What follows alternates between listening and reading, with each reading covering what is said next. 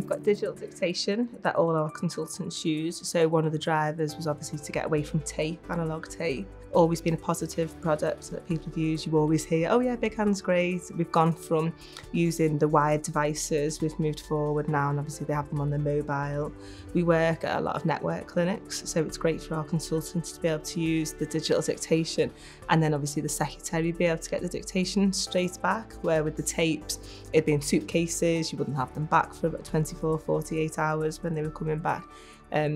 So digital dictation we must have had in maybe about 10 years now, and since last December, between December and March, we've looked at speech recognition, and we actually rolled out speech recognition to our consultants, clinical staff, consultants, radiographers, nurse specialists, and we used front-end speech recognition, and we've got really positive feedback from that.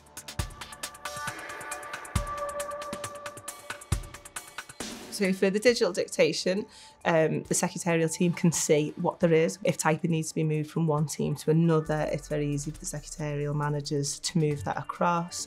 They can also see if there's any urgent tapes or the length of the dictation. The speech recognition, it's allowed our users who might not want to type into the system to actually input directly into the system. So beforehand, a lot of the consultants would have to come back, or messages would only come back to the trust when they were on site.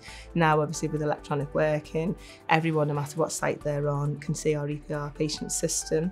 They can input directly into that. They can get messages to their secretaries. So I think it's just allowed the consultants to carry on working how they worked, but to get that information across the different trusts.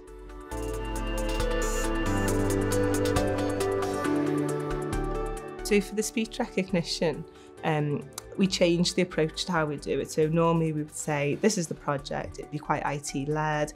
They would be told basically what they were going to do and when they were going to do it. And we went with the approach of getting users on board before the actual project started, and then they were showing other people how it worked. They would then go and tell their colleagues that they're using speech recognition, and then we'd get more people on board. So it's been very much the users decided how they would actually use the software. Some people use it completely different. Some people will use it just for annotations. Some people will use it for their full clinical correspondence, and that's quite flexible, and I think they like that flexible approach.